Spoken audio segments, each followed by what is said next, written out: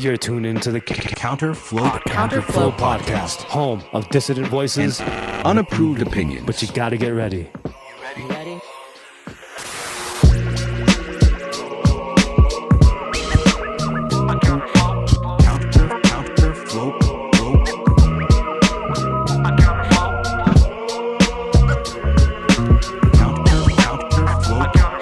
Now here's your host and humble narrator, Buck Johnson.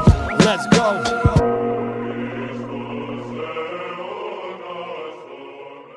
What's up, you guys? Welcome back once again. This is the Counterflow Podcast. I am your host and humble narrator, Buck Johnson. As always, coming to you out of Lockhart, Texas. Thank you for all the feedback last week on our episode with Stevie Rudko. What a good man. What a good guy. And yeah, I got a lot of good feedback from that. Appreciate that. Stevie appreciates it as well. And this week, as promised, finally we get to it. What's going on with Mormonism? I grew up basically not knowing anything about it. There was never too many Mormons in and around my life. Later in life, I did make friends with some. And I will say this is not an attack on them, on Mormons per se. The Mormons I've known in my life, I think we talk about this in an interview, are among the nicest people I've ever known. So I have also been told by some ex-Mormons, well, that's not always the case, but I'm glad the ones you met were nice. So maybe it's a mixed bag, okay? But Erick K, he's not going to give his last name because, once you leave the LDS, sometimes they are not favorable of that particular action. So he's going by Erick K. He and I had been in contact a lot, messaging back and forth about Mormonism. I told him I want to do a show on it. And so it turns out we're probably going to do several. Lo and behold, you start talking about this, and close friends in the Orthodox Church say, well, I was Mormon. Did you know that? And so if you're listening and that's you, you know who you are. We are going to do more than just this episode. I'm also trying to get a priest on to discuss this stuff. It's fascinating. Once I started getting into it, and when I say getting into it, I mean learning about it. I'm not switching, don't worry, guys.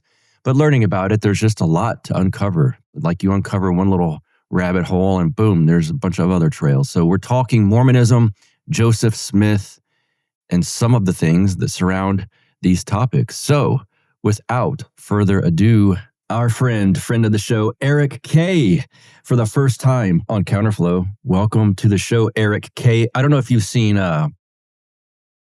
Severance, the TV show Severance, but they have a first name and just a last letter. I feel like that's what we're doing. Good to see you, sir. How are you? Good to see you. I have not seen Severance, but I appreciate you having me on, Buck. Yes. All right. Well, first lesson for everyone watching, go see Severance or just start watching it. It's one of the best shows I've ever seen in my life. And soon, Jay Dyer's doing a breakdown of it. So if you want to watch that, you have to see the show. Erick, I've never done a deep dive into Mormonism. I don't know, this might not be the deepest dive that we do because we're talking offline. We might do a few different episodes in and around Mormonism. But you and I have been communicating offline, and I thought, let's just do this because it fascinates me. And you have a lot of, as we will say, Mormon street cred. And so I'll let you give a short, brief introduction of who you are, what you do, where you come from, and that'll kind of set the stage for why you have this street cred. It should be set up front. In last week's episode, I teased this one by saying, a look at Mormonism from an Orthodox perspective by an Orthodox Christian. I was wrong. You're not Orthodox, at least yet. But you are familiar with certain aspects of Orthodoxy, and so I just wanted to throw that out there. And now, go ahead, sir. All right. Well, just kind of a long story short here. I was born in Utah. Both my parents were active members and worked for the Church of Jesus Christ and Latter-day Saints, aka the Mormon Church or the LDS Church. My dad got a job offer in California, and we relocated when I was very young out to California in the Sacramento area. And from there, my parents slowly and kind of surely just went inactive in the church and pretty much grew up agnostic for the most part. My mom later in life, as I got older, she got more involved into Wicca and New Age type stuff. And that ultimately led to the divorce of my parents. My parents ended up, after they got a divorce, I lived with my dad. All my neighbors were Mormon. And all my really good friends at the time were Mormon. And my dad started going back to church. And before you know it, I ended up receiving the missionary lessons, was baptized in the church roughly around 8th grade. Went to, during my high school year, my high school years, went to a seminary, which is a 4-year program, an early morning seminary. So before high school would start, went through 4 years of that. And when I turned 19, served a mission for the Church of Jesus Christ and Latter-day Saints in South America, in Montevideo, Uruguay.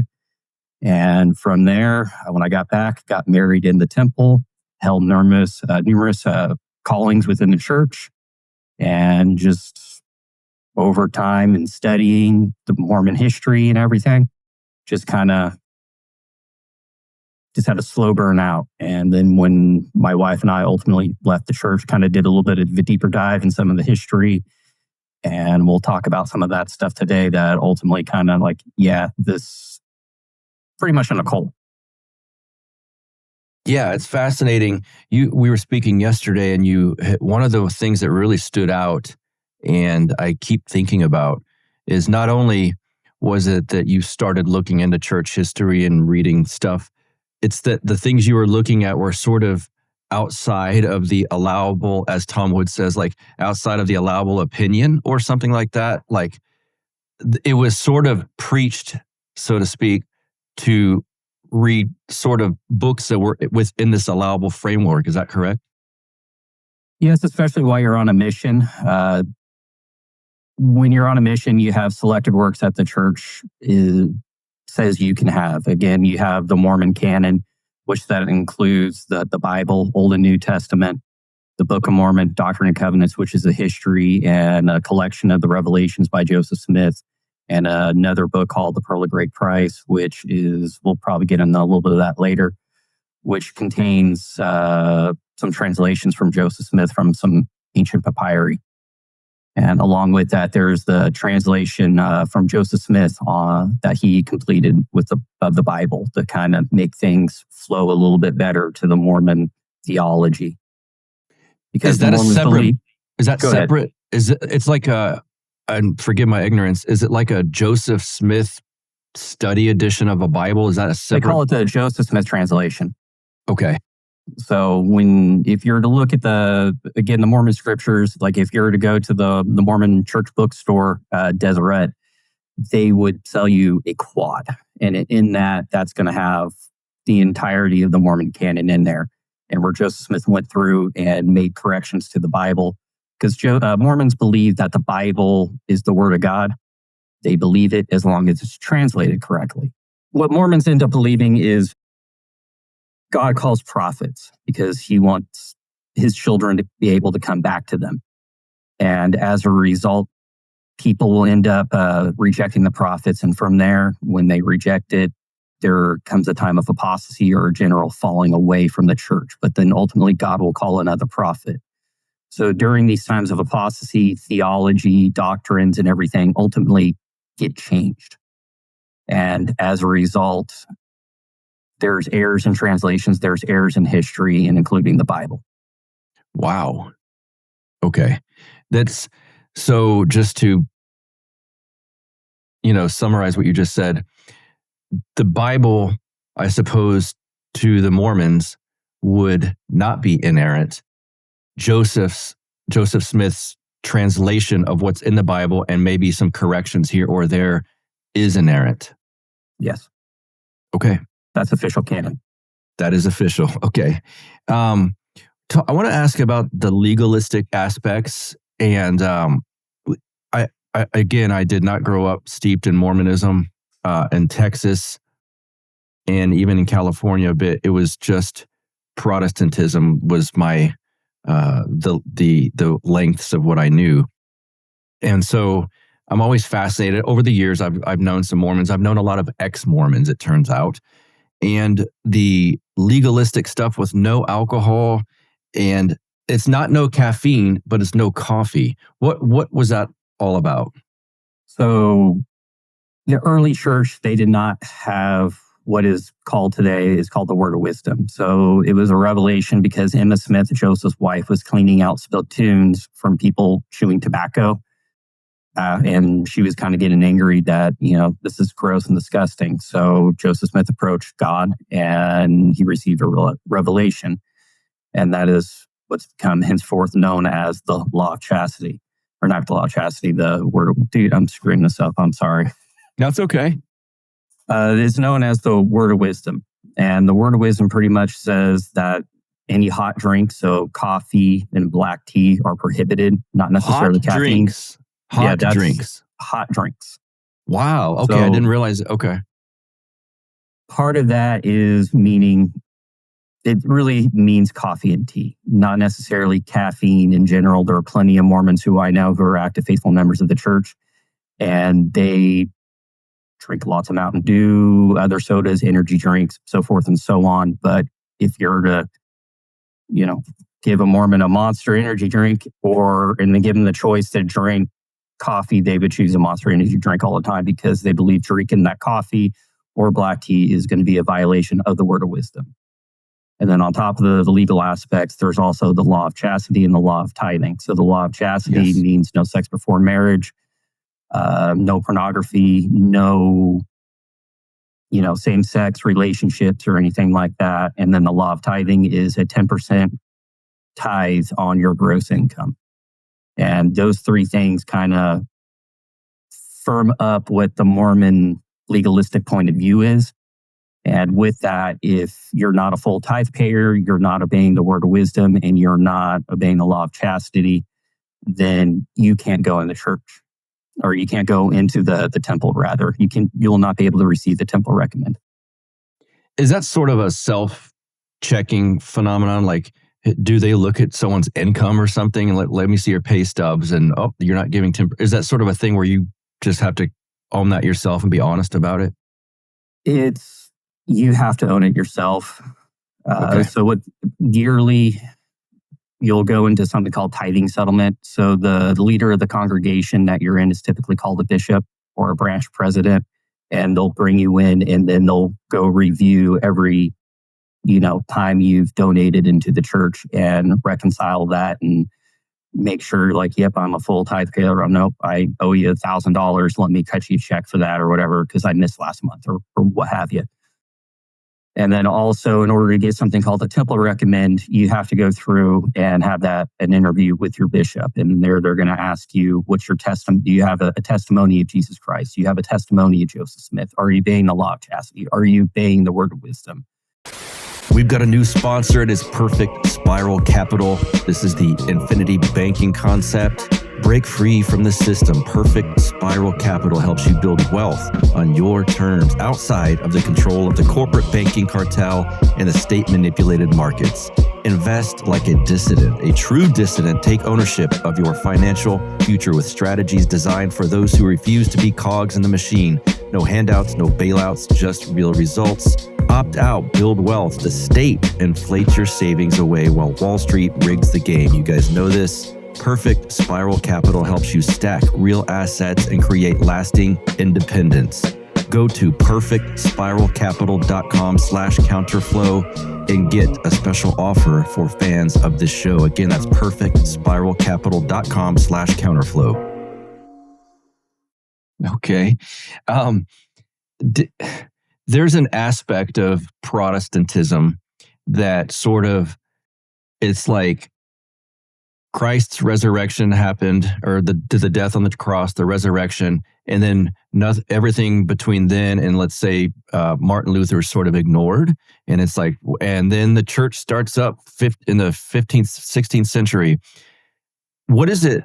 What do Mormons think as far as early church father writings, like anything before Joseph Smith, let's say St. Ignatius or Polycarp, or early church fathers explaining and canonizing the Bible and scripture, councils, etc. What do Mormons think about all of these things that happened for hundreds and hundreds of years prior to Joseph Smith? So after the crucifixion of Jesus Christ, the apostles went forward and they started preaching the gospel, and eventually they're all martyred. And when that happened, they believed that the true church that Christ set up fell away.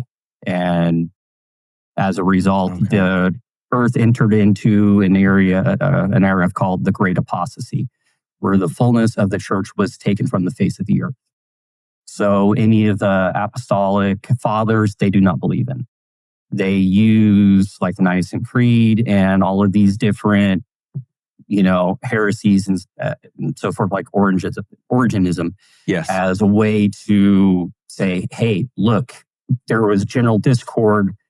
You had all these different councils and everything, every few hundred years, and they're trying to determine what is the truth. Well, they had bits and pieces of the truth there, but they did not have the complete truth, because the complete truth was taken when the apostles were martyred. So they don't believe in apostolic succession like what the Orthodox Church believes in. They believe that the church, the Mormon Church, was restored by Joseph Smith in 1830. So anything prior to that, from the death of the apostles to 1830, mankind was in essence in darkness, that the church was not part of, the fullness of the church wasn't there. So any of the writings from the church fathers, it's cool history, might be some good stuff in there, but it's not the truth. Okay. And if you go through and you read church history or anything, there's no mention of really any of the early apostolic fathers or any of the other church fathers. So they came along hundreds of years, even after, of course, the Orthodox and Catholic split and the schism, but even way after Protestantism started.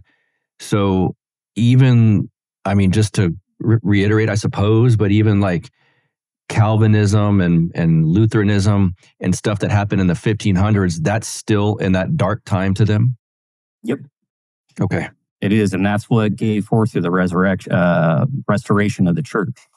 So Mormons believe that Joseph Smith, when he was, according to the official account, they believe that Joseph Smith in his 14th year, he was, again, they were living, him and his family were living in Palmyra, New York. And this area is considered the burnt over district. So there was a lot of religious revivalism going on in this time period, where you had different pastors and preachers and stuff trying to get people to repent, come to Christ, and join their respective churches. Joseph Smith's family wasn't necessarily super religious. They had some superstitions, and, as a whole, depending on who you ask, but history and other documents have kind of proven out that they did have a magical worldview to a certain extent. And that's, yes, I've noticed superstition. Him and his family were involved in, Joseph Smith and his dad and others were involved in treasure digging and using seer stones to find the treasure. Yes. And also Joseph Smith had a personal talisman that he used to ward off evil spirits and everything. That was one of his prized possessions. But as a whole, pause real quick right there, and I want to definitely get back in. This is just a quick offshoot, and then we'll go right back to this. If it's, don't have to get personal by any means, but it doesn't, from my perspective, seem like a super far stretch for your mother to get into witchcraft, Wicca, mysticism, and whatnot from this sort of thing. Did that seem like a giant jump to you? Because from this perspective, I could kind of see that. As a young kid, not really. It was just kind of like, all right, where'd this kind of come from? But in hindsight, yeah, 100%, because the Mormon Church does have that magical worldview to a certain extent. They like to whitewash that stuff out and kind of portray themselves more Christian and more, like, hey, we have the truth. We kind of distance ourselves from some of these things. But as a whole, with seer stones, magic talismans, stuff like that. Oh, 100%. Okay, now back to Joseph Smith using these things and his story. Okay, so what I was saying, Joseph Smith, burnt over district. He was roughly 14 years old, and he was trying to find what the true church was. So he's speaking to these different pastors and preachers and everything, and eventually kind of led himself to read the scriptures and read the Bible. There he found James 1:5, which pretty much states, if any of you lack wisdom, let him ask of God. So he's like, okay, I'm going to do that. So he went to a forest, which is now called, the church owns it. It's called the Sacred Grove. And he knelt down in prayer and asked God, hey, what is the true church? And according to the official account, Joseph Smith was attacked by a dark entity and seized him, and he cried out for help in God's name. And he saw a column of light descend. And there he saw two personages. One spoke to Joseph Smith saying, this is my beloved son, hear him. And he pointed to Jesus Christ. And from there, Jesus Christ went to explain that, hey, none of the churches on the face of the earth are correct. They're all in apostasy. None of them have the fullness of the truth. And from there, that gives rise to, hey, the complete the Trinitarian view that all other Christian churches, specifically the Orthodox, have of like the triune God is not necessarily correct according to Mormon theology, that they believe that in a Godhead where God has a body, Jesus Christ has a body, and the Holy Spirit does not. But they're all unified in a purpose to bring forth the salvation of man. But it's three separate entities, so the essence... Three separate and distinct beings, yes. Okay. So God has a tangible body of flesh and bone, and that is according to Doctrine and Covenants 130, verse 22. And in that, it pretty much states that God has a glorified and resurrected body of flesh and bone, and so does Jesus Christ. And this gives into the Mormon doctrine of eternal progression, that mankind has... There's not necessarily a God of God, that the whole plan, what Mormon theology is kind of based around, is what's happening in this world has happened in others, meaning that world was organized. And that's another thing, that Mormons do not believe in creation ex nihilo. Pardon my Latin pronunciation is wrong, but they believe that matter has always existed, and God and again, others who were spirit beings at the time helped organize and create the world, so that way we may have bodies to be able to gain our salvation and exercise the ordinances and ultimately become gods ourselves. Okay, I'm still putting this together. So would a Mormon, as far as God the Father goes, believe that they would not believe then that he's uncreated? No, he is created. He was born he was a man like we are, and he progressed, received his resurrected and glorified resurrected body. He lived a worthy existence, and through the God that he was serving, became a God himself, and ended up organizing the world which we find ourselves in. Yeah, that's the key term, I think, is organizing, not creating. Yes. So again, like with, creation ex nihilo, where God had the ability to create things out of nothing. Yes. Mormons do not believe in that whatsoever. If you go through the temple and in the introductory, when you go into the celestial room, they show a video. And in that video, it kind of goes through the 6 days of the creation.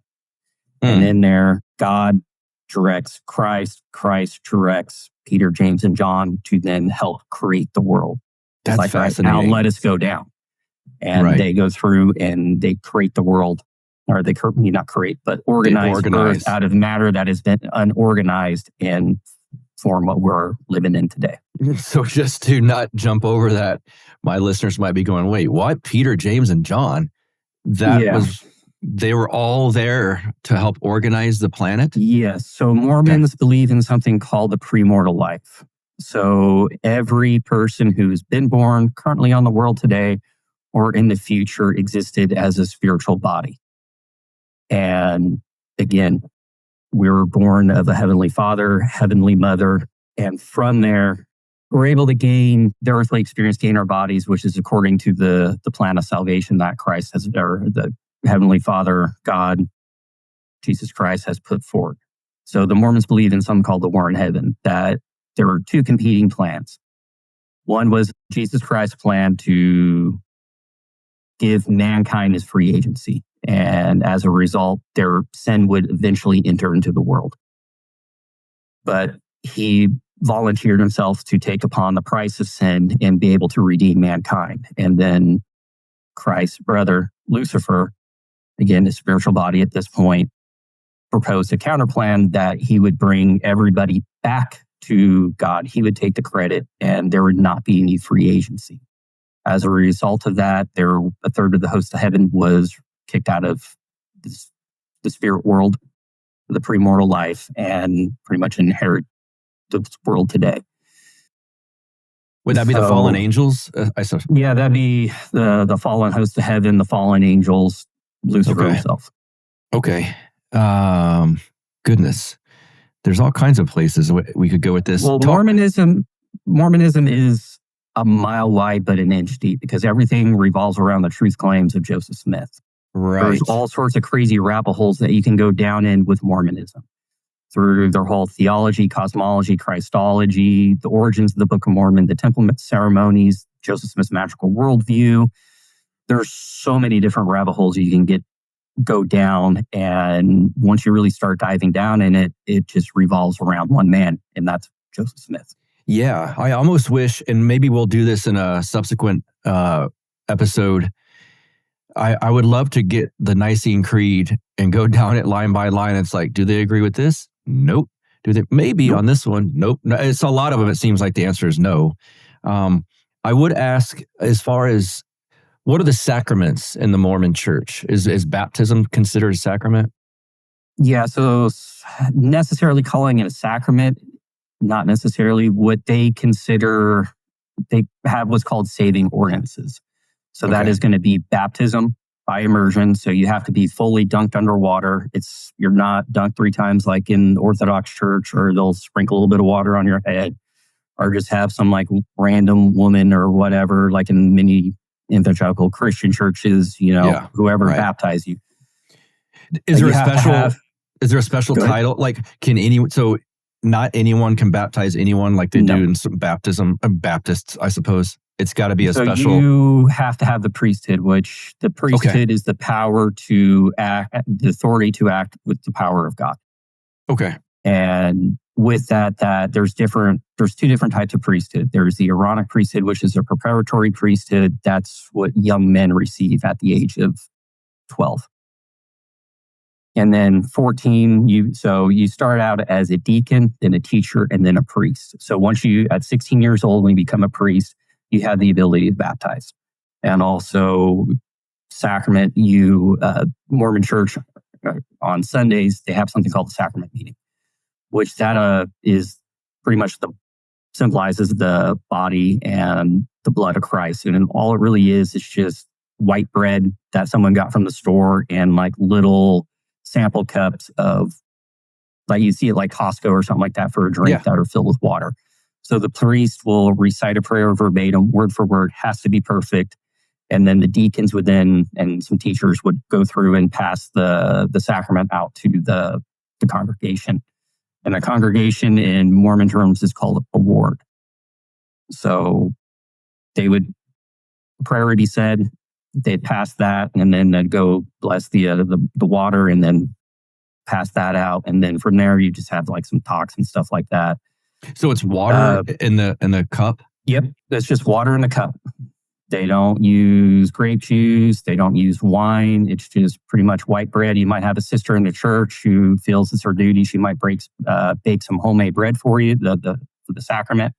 But most of the times it's just regular white bread. Okay. Let's say, and then there's some other saving ordinances that I can get into as well. I do want to get into those. Just for any priests listening, I'm not going to do this. If I were to want to go to one of the services, could I partake in that white bread in the water? You could. They're not going to say anything. But it's incumbent upon you if you feel that you are worthy of taking it. And it's also a renewal of your baptismal covenants. So if you've committed a violation of the law of chastity or something like that, then and you confess this to your bishop, they would then say, hey, until you've eat this or whatever, if you're looking at porn or whatever, then you can't take the sacrament for a month. And they'll work with you and counsel you through that. And again, the Mormon Church believe in a lay clarity. So it's the bishop and the leaders of like the individual congregations. Let's say you're an active member in the church, Buck, and the stake president or an area authority would then say, hey, we were going to call you to be a bishop. And then you have the privilege of guiding that ward and hearing confessions and making sure everything within the ward runs correctly, making sure all the programs that the ward's engaged in. Like when I was in, we had Boy Scouts, but the church has since distanced itself from the Boy Scouts because they let girls in there now. Okay. So it's weird because some of the things are very conservative, and there's even some parallels a little loosely to the Orthodox Church. And then some things there's parallels to like Methodists or something, because you did say there's a bit of a softening to the LGBTQ and things of this nature.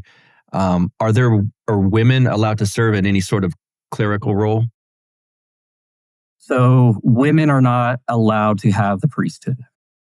So it's only men that can have the priesthood. However, women, there are callings. So calling is a job that is given to you supposedly by revelation from the bishopric. So the bishopric is going to be the bishop, the leader of that ward, and then his two counselors. So women, they'll have something called Relief Society, which that is a maternal order. And with that, they'll go in and they'll do women-only things. And then the Relief Society president, she'll have two counselors, and there's other callings for primary, young women's, and everything. So the women do help out. But as far as using the priesthood, they are not allowed to.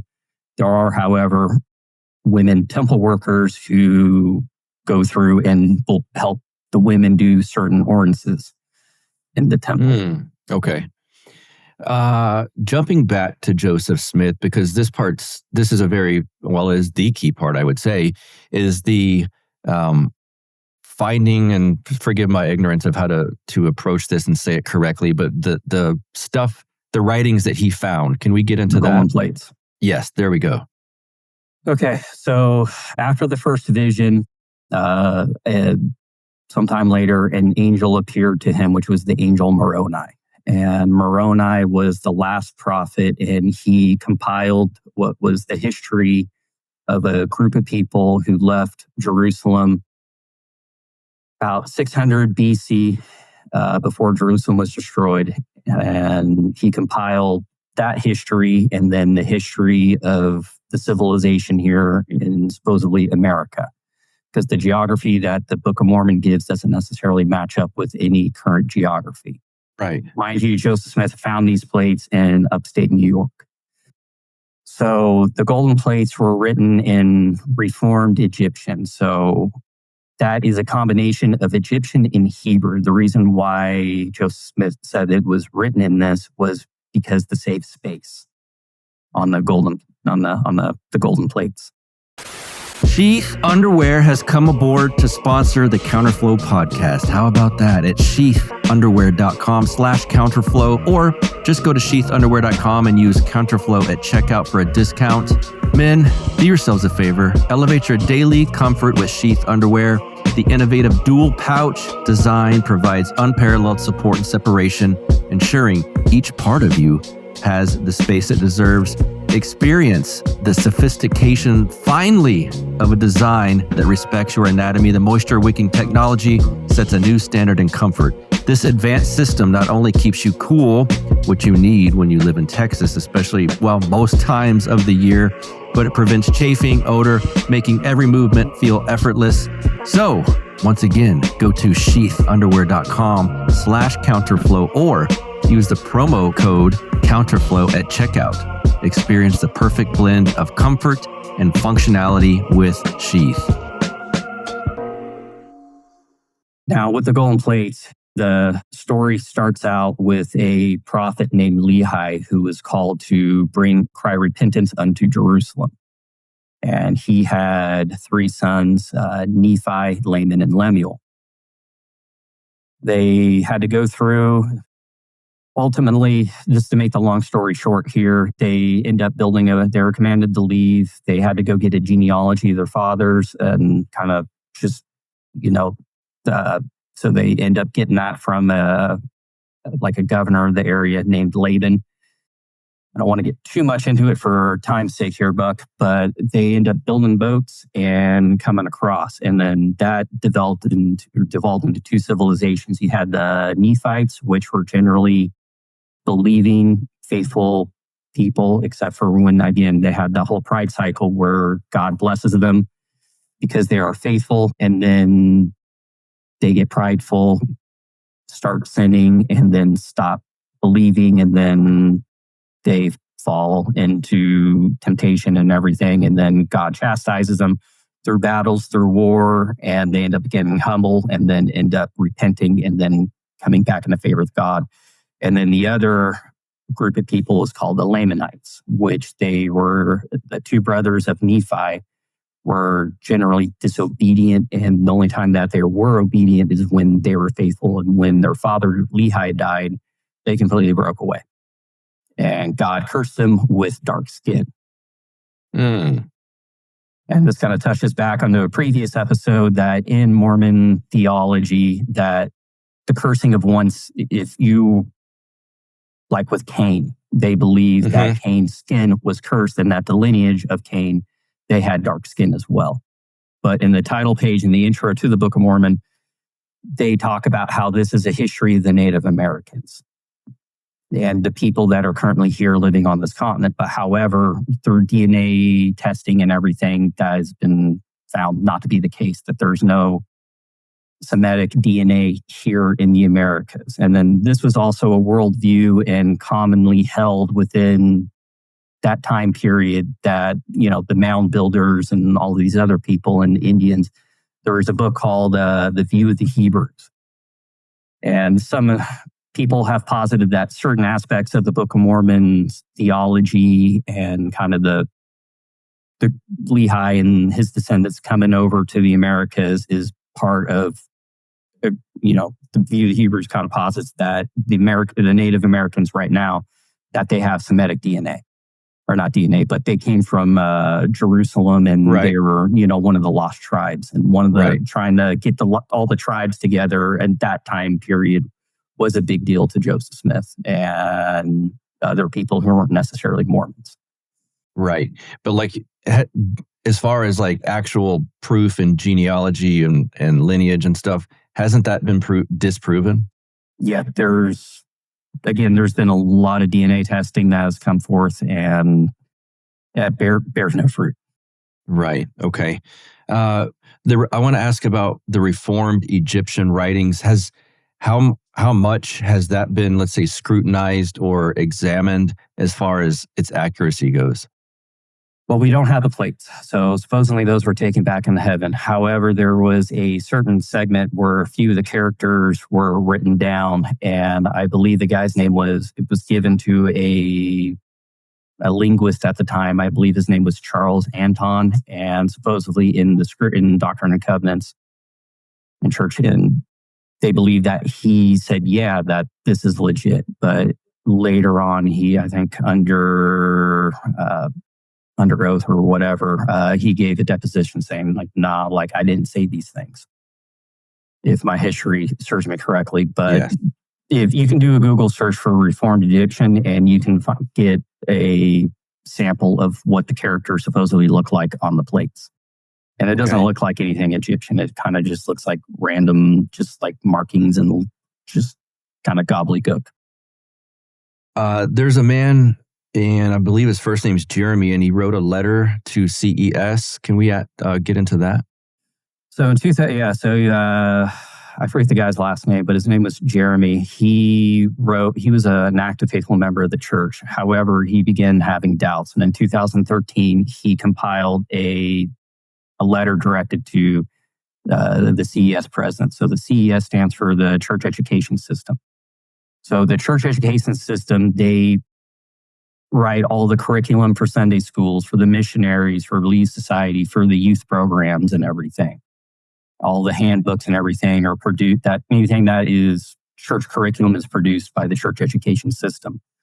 So in the CES letter, it goes through and documents all, like, again, some of the things we're talking about, like the DNA evidence, stuff about the Pearl of Great Price and the facsimiles in the Book of Abraham, where supposedly Joseph Smith said, hey, this was written, these papyri that he bought from an Egyptian, from a guy who was selling Egyptian mummies. He said that this was written by the hand of Abraham and translated, and is now the Book of Abraham, which is official canonized scripture in the Mormon Church. In doing so, that has been disproven from modern Egyptologists because, mind you, the Rosetta Stone hadn't been discovered. So at the time when all of this was coming out, no one knew anything of what the hieroglyphs meant. But Joseph Smith got these papyri and said, yeah, Abraham, he wrote this, and is pretty much kind of documenting, the sacrifice that he was told to perform of his son Isaac, and some other doctrine and some other stuff that's kind of far out there, relating to the nature and divinity of God. And just, again, claims that Joseph Smith has made, and he used this as evidence to further the claims that he's made. What was his life? Go ahead. What was his life like as an adult? Sorry. Joseph Smith. Yeah. Well, very, very. It depends who you ask, really. If you ask the Mormon Church, it's going to be, they'll straight up say that Joseph Smith did more for the salvation than any other man outside of Jesus Christ. Okay. But when you go and you look at the history between polyandry, polygamy, and some other stuff, it wasn't the best guy. He would send guys to go do mission trips over to England, and then he would go through, marry their wives. Supposedly these were spiritual sealings. And again, sealings, that is another saving orders of the Mormon Church. That is where you're married for all time and eternity. But Joseph Smith, I believe, if my memory serves me correctly, had around 40 different wives. And this was kind of kept in secret. Joseph Smith and the Smith household, they had a woman live with them named Fanny Alger. And it kind of came out to Joseph Smith's wife that he was, began practicing polygamy, and she had a very rough time of it. And there's also speculation that Joseph Smith, because he supposedly was sleeping with a lot of these women, that there is a abortion doctor named John C. Bennett. There is a sworn testimony from Sarah Pratt saying that she saw him with a long surgical instrument, that he was going to go take care of some mistakes, per se. But there's been DNA testing, and so far from what people can ascertain, there is no little physical descendants of Joseph Smith. Really? Yeah. So the church uses that as a claim that these sealings to Joseph Smith and the whole polygamy thing, that was used as a way to, seal these women. But when you get to Utah and with Brigham Young, that dude had a lot of wives and had a lot of kids. So the Mormon Church, for Utah to initially gain statehood, they had to disavow polygamy. So there was a revelation given to, I forget the prophet's name at the time. The guy's name is escaping me at this moment, but pretty much he said, okay, we're done with polygamy. Okay. But however, now in the church, they still practice spiritual polygamy. So if you're a man and your wife dies, and you can remarry in the temple and be sealed with another woman for all time of eternity. However, if you're a woman and you've been sealed to your husband dies, you can only be married in this life. That's it. Or you'd have to go, if you really love the guy, you can get your temple sealing annulled. Temple sealing annulled. Mhm. Okay. Spiritual polygamy. That's a fascinating term. Yeah. What do you mean by that? So, meaning to go back to the whole eternal progression thing. So, Yeah. again, what Mormons believe is that you become baptized, you receive the gift of the Holy Ghost, kind of like chrismation. And then as you go through the temple, there's certain other things that you need to do. So one of those is washing and anointing. The other is receiving your garments, which, is colloquially known as the Mormon magical underwear. And then you go through the temple and you get the signs and tokens of the priesthoods. And that is something that's meant to be guarded and kept sacred.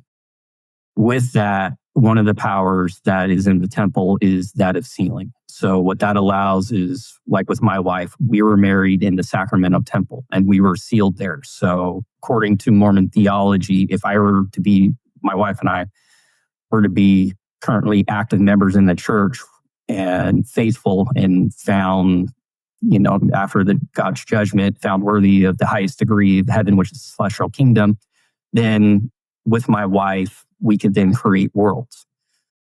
With that, if my wife died and I remarried and ended up becoming sealed to my new wife, providing that she wasn't sealed to another man, I would be sealed to both my, widowed or my deceased wife and my current wife. And when we received our judgment and everything, at that point, I'd have two wives. There's many prophets who their wives have died and they've remarried and they've been sealed to multiple women. So with that allows them to then, have more than one wife in the next life. Okay. Hopefully that makes sense. Yeah. Well, I mean, it's all relatively so, I suppose. And you said something, I can't just let you say it and then gloss over it. Creating different worlds at another point in time. What is this all about? So in the celestial, the Mormons believe in a tiered level of heaven. You have the terrestrial, telestial, and the celestial. So in the highest level of heaven, that allows you to become a god and to take matter, to organize it, and to create new worlds, and then have spiritual offspring. And then, what the plan of salvation that kind of alluded to, that then gets reenacted in the world that you're the god of. So Mormons believe that there's an infinite number of gods, but the only God we worship is God the Father and his son, Jesus Christ. Again, two separate, distinct beings. Both have tangible bodies. Both are in time. Both are as tangible as you and I right now, Buck. Okay. Wow. Okay. Let's see where we can go from here. I do want to mention, and after we spoke prior to doing this, I do remember, and a lot of people, I'm sure, watching this have seen it, the South Park episode that kind of, you said to me, it really explains Mormon history better than a lot of Mormons can. Yeah, so if you go and you look at the artwork and kind of what the general story is around the translation of the golden plates. So the angel Moroni, he, over the course of 4 years, hey, you're not worthy yet. I got these plates. You're going to be called a prophet of God. And realistically, I'll touch on the South Park thing in a second. Joseph Smith, given his history as a treasure digger, I think he was trying to use this to build street cred that, hey, I got these golden plates that I'm going to be able to get, and trying to make himself famous. That's kind of my personal point of view on it. Okay. I could be completely and totally wrong. But what the Mormon Church says is that the Book of Mormon was translated through a device called the Urim and Thummim. So it was a breastplate that had two rods or two arms that come up, and then there was seer stones that were attached to it. And that's what allowed Joseph Smith to translate the Book of Mormon. So you'd have the Book of Mormon on a table, and in the Mormon artwork, it'll show a young Joseph Smith going through and translating the Book of Mormon, like the plates are sitting on a table and he's going through and translating it. However, what South Park showed is Joseph Smith putting a seer stone, which I sent you a picture of that, when we're talking offline. And he had put that in his hat, and then he would stick his face in the hat, and then the words would appear what the Book of Mormon said, what the golden plate said. So he wasn't actually physically handling that. Okay. So in there, Joseph Smith, in South Park, it'd be, like Joseph Smith, dumb, dumb, dumb, Martin Harris, smart, smart, smart. Because Martin Harris, he ended up taking 115 pages of the Book of Mormon and showing them to his wife. His wife ended up hiding those 115 pages and said Joseph Smith is really called of God. And if he really is a prophet, he should be able to redo those 115 pages word for word. Joseph Smith kind of freaked out. You've spent all this time, creating this Book of Mormon story, and you're not really translating the golden plates, because quite frankly, I don't think they existed. He might have manufactured something, because there were witness testimonies that Joseph Smith had something in a box and they could shake it and they can hear it. But as far as going like actually hands-on looking at it, not necessarily. There are, in the Book of Mormon, there's the three witnesses, which we can probably on a later date kind of get into that at a later time. But with that, Joseph was chastised by God and was told that he was just going to give an abridged account of what happened in those missing 115 pages. So that's kind of where the story picks off from there. And according to many people who are critical and who've studied the Mormon Church and the claims in the Book of Mormon, that's when, instead of like, hey, having the goal, trying to create, like a story of the of treasure digging and everything, it's more, that's when like, hey, we're going to turn this into religion. And according to Joseph Smith, according to church history, the church was founded in 1830, and then John the Baptist came down to him and Oliver Cowdery. They ended up baptizing each other and received the Aaronic priesthood. And then Peter, James, and John, shortly thereafter, at a later date, they gave Joseph Smith the power of the Melchizedek priesthood. So again, with the priesthood, everything around the Mormon Church revolves around the priesthood. If you don't have the priesthood, you do not have the power nor the authority to act in God's name. We've got some new shirts, Counterflow with Buck Johnson on the front pocket, on the back. A beautiful graphic with, of course, dissident voices and unapproved opinions. You can see this on the YouTube version of the show, of course. We're putting the graphic up now. $30 flat fee. $30 gets you the t-shirt. The PayPal address is buck@counterflowpodcast.com. That is my PayPal. You can send $30 that method. Send me your address and the size you want. We have sizes small through 2XL. Again, sizes small through 2XL. Go to PayPal, $30, buck@counterflowpodcast.com. Give me your address in there and the t-shirt will be yours. Okay, but it's interesting because it's not passed on via apostolic succession necessarily at all, actually. Okay. Nope. However, with the Mormon Church, you can trace your priesthood lineage down to Joseph Smith. But not prior. No, not prior, because mind you, after the death of the apostles, the priesthood was taken from the earth. Got it. So Joseph Smith restored the church, the fullness of the gospel. And with that, you can then trace your lineage through him. Okay. And this is that restoration. How convenient. Like, this guy comes along many centuries after the apostles have passed away. He says all of the things that happened, the apostolic succession through the centuries prior to me, well, guess what? It doesn't count because the priesthood was dead. But now I'm going to start it again because I have divine revelation and I found these things and I translated to them. And I'm going to give you a summation of most of it. I forgot a lot of them, but listen to me from now on and I pass on these things. Correct? Is that kind of a Joseph Smith for dummies?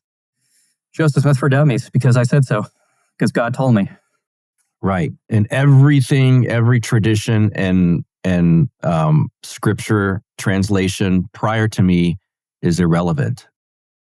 I wouldn't necessarily say irrelevant, but as long as it's translated correctly. So the Mormons believe that the King James Bible is the gold standard, bar none.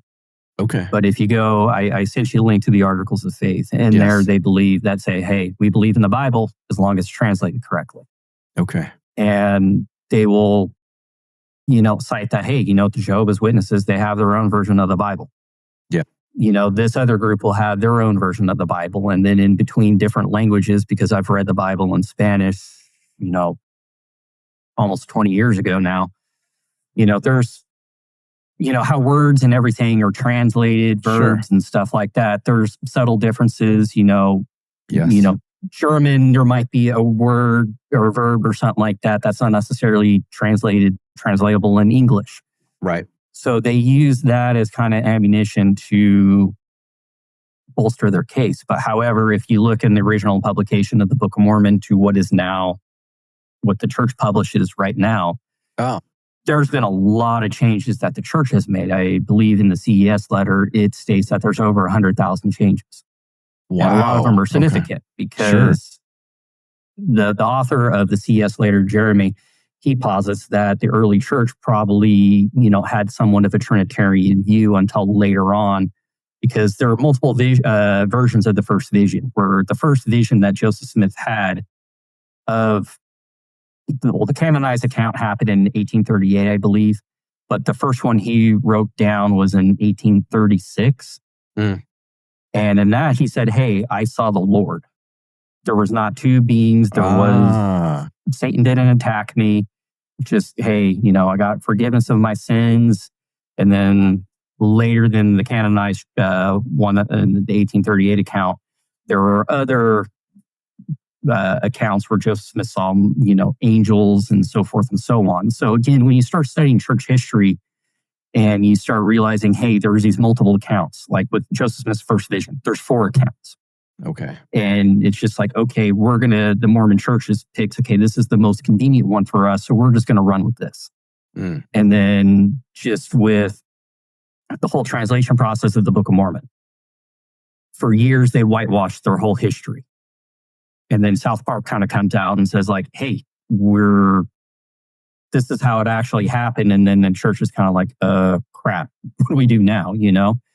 So within the church, there is, at least when I left, there was a vigorous debate between, hey, do we kind of maintain the status quo, or do we help inoculate the saints? Because ultimately they're going to go do Google searches and they're going to come across things like the CES letter. So should we, be a little bit more transparent with our history? And I think the church, it's kind of one of those things where I don't want to necessarily leave it alone. There'll be years where I just won't really think about the Mormon church. And then there'll be times where, something comes up on the news and then I will kind of jump in on that and kind of, what's going on here? And then kind of delve back into it a little bit. But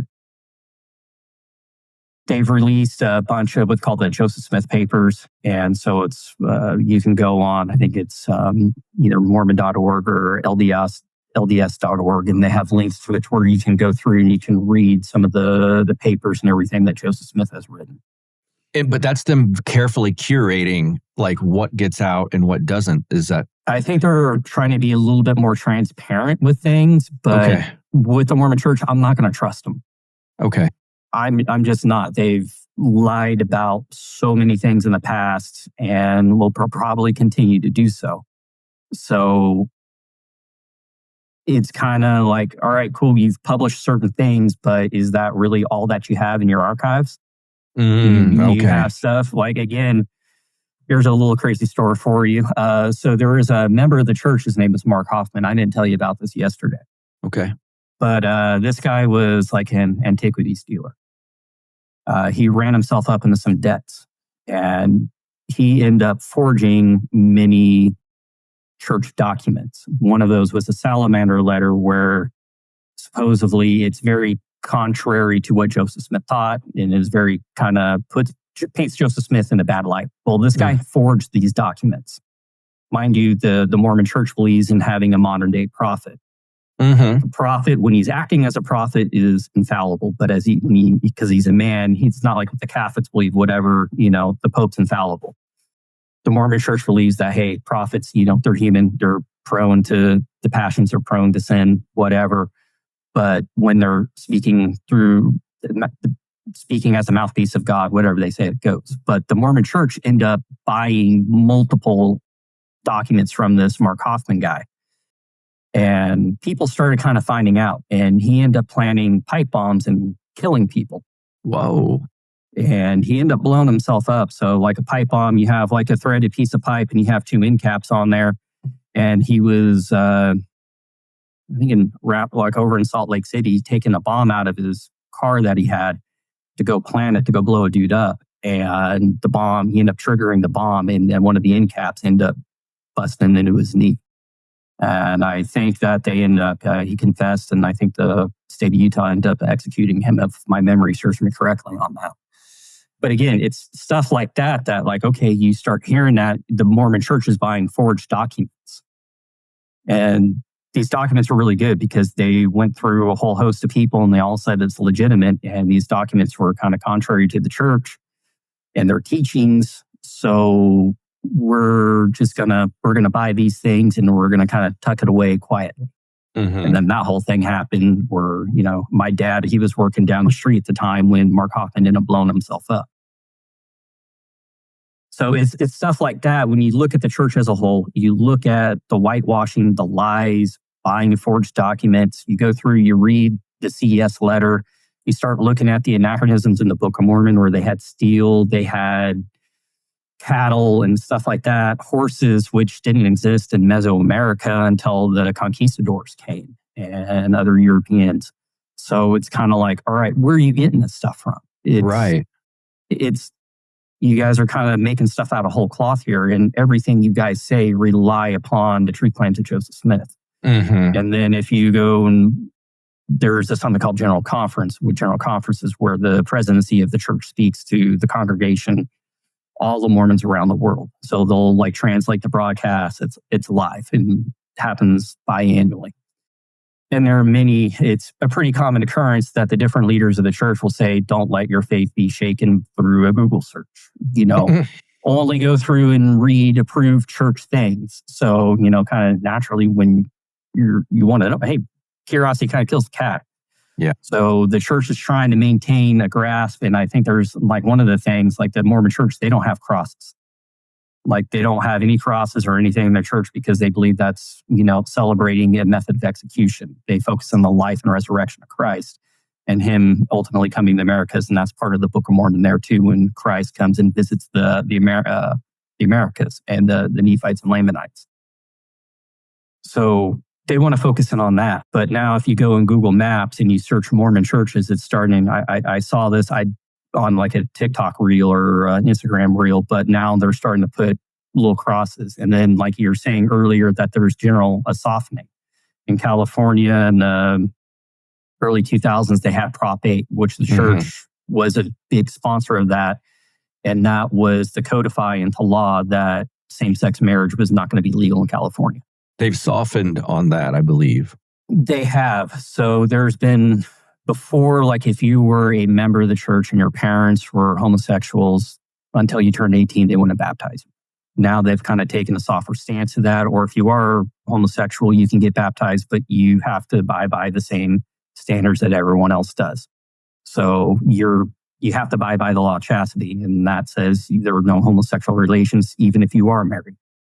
Okay. So again, time after time, the church excluded blacks from getting the priesthood, and eventually they caved on that. And now, because the church was starting to grow really big in Africa, so conveniently, okay, blacks are allowed to have the priesthood now.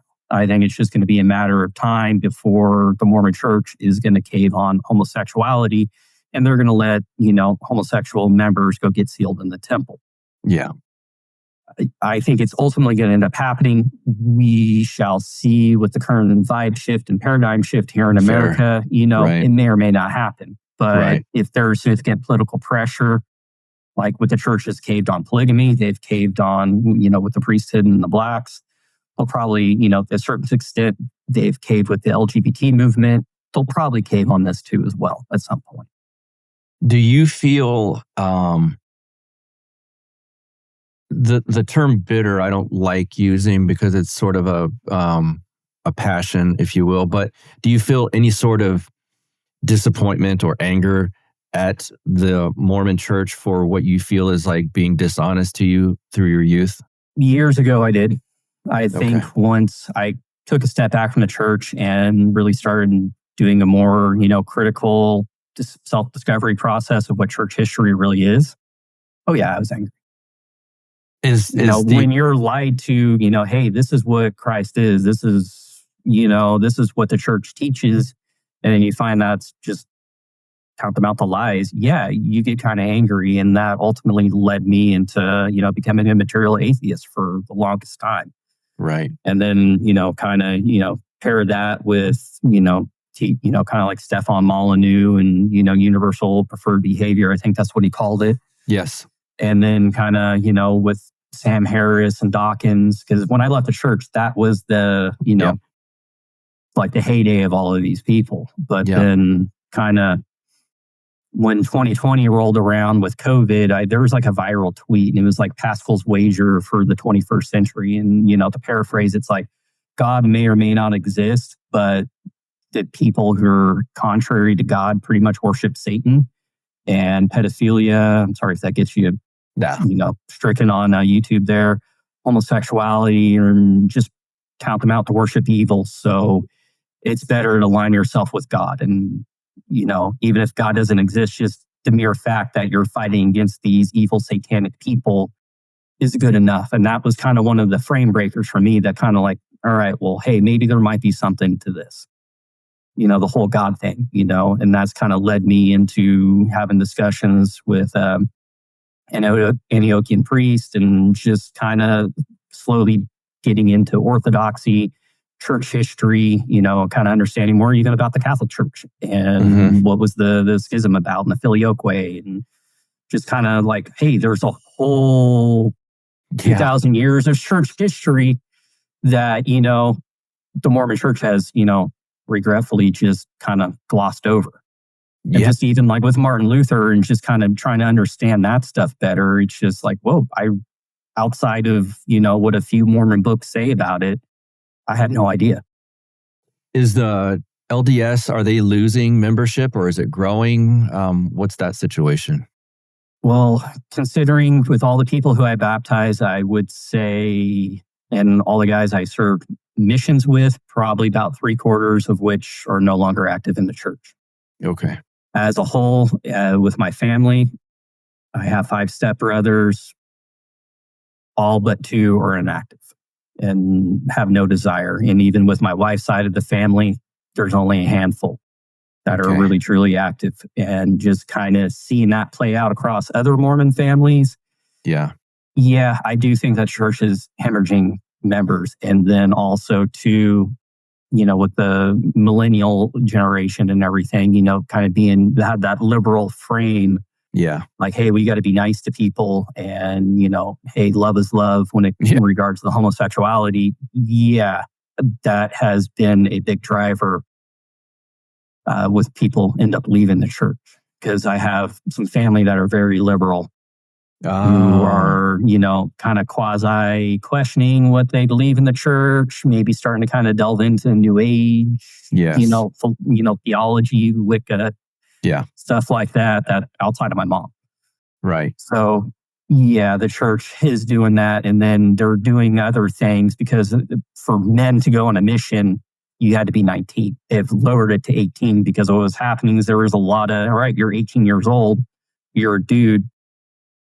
Hey, I like girls. I'm going to get a girlfriend and stuff. And so now pretty much as soon as you're out of high school, they want you on their mission.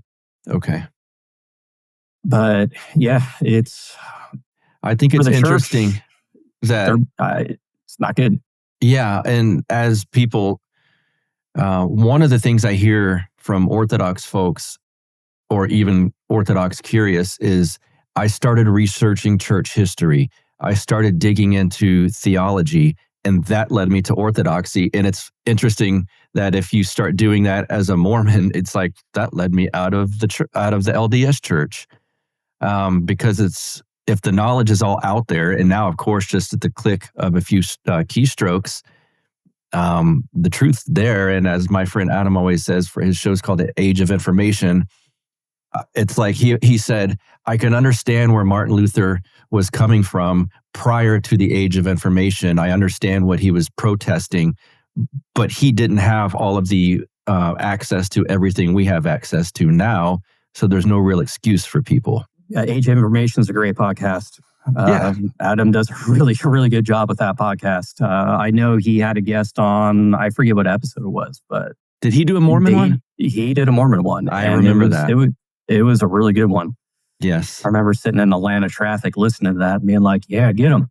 Yeah. But again, like one of the things that the Mormon Church kind of likes to throw out there, well, Joseph, how could Joseph Smith, poor farm boy, come up with the Book of Mormon, But if you there's been a dive into, kind of like the different books that Joseph Smith had access to and everything. And there's like a book called The Great War, which was they took the history of the War of 1812, put in the scripture form. And then there's manuscript found by Solomon Spalding and kind of all sorts of just parallels and like phrases. And then like in the Book of Mormon, there's like straight ripoffs of like, I think it's like the 1830 or 1820 or the 1630 or 1628 version of the King James Bible that there's stuff in there verbatim, like word for word. Okay. And grammatical errors and all. Right. So it's almost like given the confines of the time, maybe his slick sales pitch and sort of con act could have worked for a long time. And it seems like as time goes on, and now again, the age of information, it's easier to find and poke holes in some of the things that were going on. It has. I think the church had its heyday, between like the 1950s, probably through the 90s. Mm-hmm. And then with the advent of the internet and being able to physically, you don't actually have to go to like a church archive and gain access to, documents or early, firsthand editions of the Book of Mormon or whatever. You can actually go through this stuff, in the comfort of your own home and figure out, all right, well, this is what the Mormon Church actually believes. Here's their theology. You got people you can go on YouTube. People will sneak like little like hidden cameras in there and record temple ceremonies. You can go in there and you can watch it. And you can see, okay, this is what Mormons wear and this is what they do. Here's all the secret handshakes and stuff like that they do there. Right. So again, light for the Mormon Church and people being able to do their own research is the worst thing that's ever happened to them. With like orthodoxy and just like church history, as a whole, a lot of these books and, from different saints and everything, they're only like written in Greek or, other languages. And the average, like people like, I don't know Greek. Yeah. I'm sure you don't either. I'm sure you probably know a little bit more than what I do because you're, active Orthodox. But with that, the proliferation of, knowledge just for Orthodoxy as a whole and Christianity, it's immense. Yeah. Like you can go get like the Septuagint, here's the English, here's the Greek, and you can go through it and kind of go and read it and see what's going on. Yes. It'd be interesting to kind of see what, if Joseph Smith lived today, how he'd be received. And I don't know, it's kind of an interesting thought experiment with them, Yeah. I think it could only have been the whole Joseph Smith story. It can only have taken place when it did. Yes. Because any later, it just would have been laughed out of town. Yeah. Even though they tried to and ultimately they killed him for it. But I don't think the following and just gaining the momentum that the Mormon Church was able to do would have happened if it happened any later. Yeah. That's a very good point to close on. Any closing thoughts you want to leave people with in regards to any of this? If you're active in the Mormon Church, do your research, do your homework, because the Mormons, they really rely on something called testimonies, where it's like, hey, I know that Joseph Smith is a prophet of God. And it's kind of, they prey on the feelings and, emotional, emotions of people to bring them in the church. As a Mormon missionary, I was guilty of doing that, unfortunately, kind of taking a step back. I do feel like I manipulated people into changing their worldview. and family structures and stuff like that get people to come join the church. And for that, I am very remorseful for. Mm-hmm. Because, at the time I thought I was doing what I was supposed to do. I was trying to be a good member, a good faithful member of the Church of Jesus Christ and of Latter-day Saints. But however, it's not necessarily the case. I've reached out to some of the people who have helped bring in the church and, no longer active. And I apologize. I'm still friends with some of them, to this day. We'll still talk from time to time, but it's the Mormon Church, again, all their truth claims just hang on one person. Whereas if you look at Christianity as a whole, you have multiple accounts from different people. Yeah. From the apostles and then from the apostolic fathers, from, the early church fathers who fought valiantly to protect against heresy, to protect the truth. And, Joseph Smith, he went to his grave given a Masonic distress call while hanging out of the second-story window in Carthage jail. Mm. So that'd be another good episode sometime down the road, Buck. It would be, the ties in, Freemasonry and Mormonism. Joseph Smith progressed to he got super hard in the Freemasonry when he was in Nauvoo. And that's where some of these other temple ceremonies came through. Wow. But it's, again, the church history is, it's a mile long, inch deep. There's multiple rabbit holes and so much that you can go into. And when you just expose the light on it, the light of truth, it doesn't hold up. All right, Erick K, as we call you. Thanks for doing this, man. We will do some more on these topics. I talked to you yesterday, we might do like a panel. We need to get a priest in here with us. There's a lot of places we can go with this. I think it's fascinating and I'm learning as we do it. So thanks for being here on Counterflow, sir.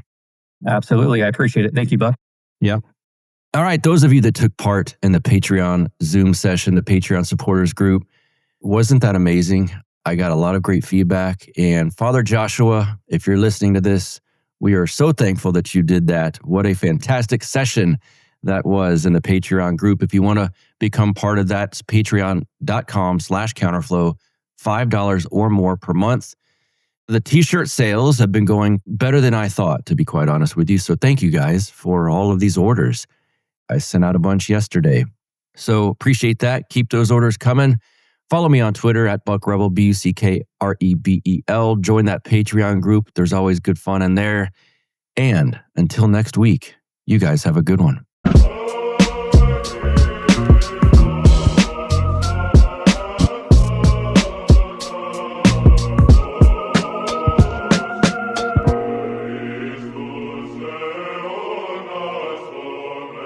Like the sound of the Counterflow podcast?